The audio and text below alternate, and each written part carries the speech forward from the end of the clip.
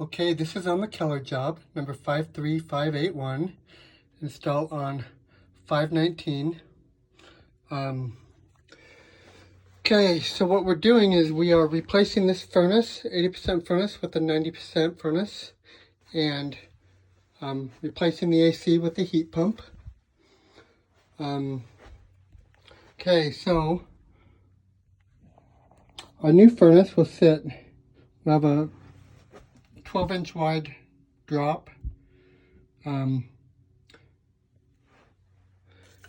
a 25 by 29 filter box. So the furnace will sit on a 9-inch base, then the furnace, then the coil, canvas, and the transition starting collar.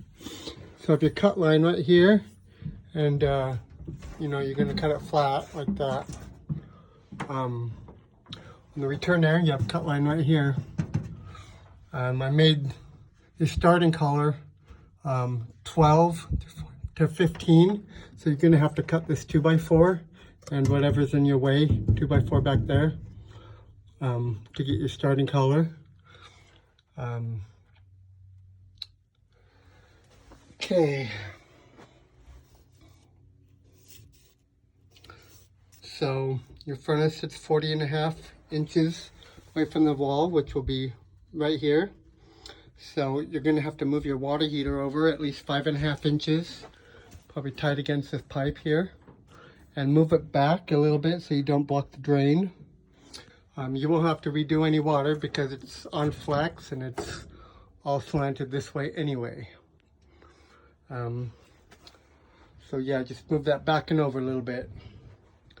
On your gas for the water heater, if you need more, you can always turn this, reuse this, but turn it upside down. So it goes like that. And then you can reuse your flex over this way. Okay.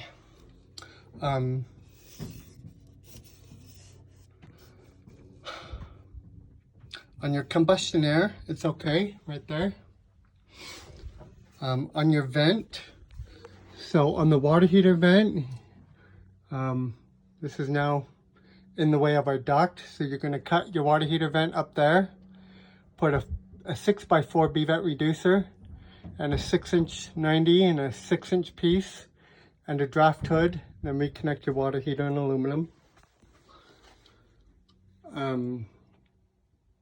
The furnace vent, it's so close to being able to run 2-inch, but in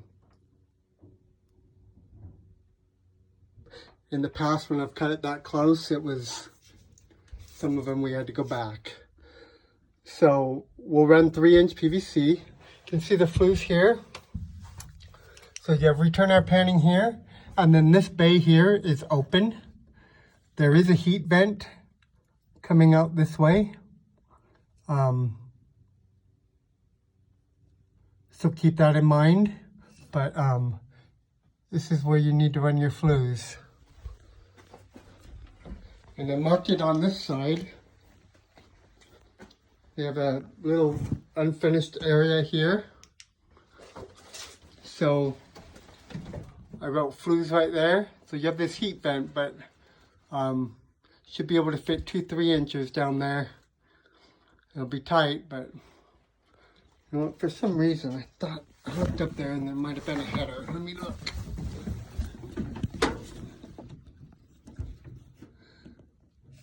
There is a header, but my tape measure came out the other side, so I think that header is probably after, unless my tape measure went on the side of it. But anyway, you have to knock out a header, you have to knock out a header. But yeah, so flat termination right there.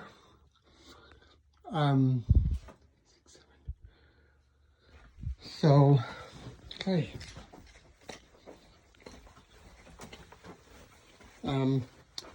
Just so you know, I wanted to put the vents over here. You see the combustion, just 30 inches past it to the center, from center to center, but you have a porch right here, the concrete porch. So that wasn't going to work too well. So that's where I think we need to go. Okay, so the gas, our new furnace is going to be tight against this gas, like super tight, touching it.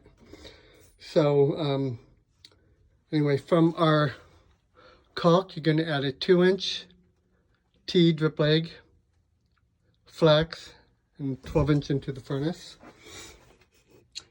AC, the breaker panel is right there. The existing 40 amp breaker in this panel is okay. You're going to flush the lines, and I'll show you the rest of that in a minute. Drain just to the floor, standard order. Thermostat, you're putting in an S30 thermostat. We use all the electrical.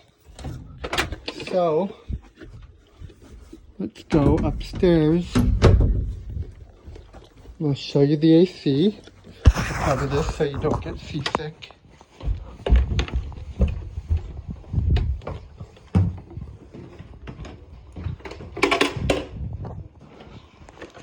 How's it going? Hi. Okay. So there's the combustion air. You see the stairs here, that's where your flues would try to come out. So your flues will actually come out. Here's that window, but right there somewhere. Anywho, reuse the existing disconnect. The furnace now sits on a pre-poured pad, but you're going to need to move the pad over so you don't block the disconnect. But yeah, it is pre-poured.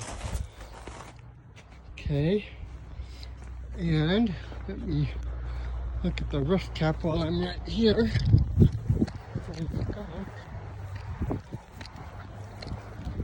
Yep, you have your roof cap's okay. That's about it. Thanks.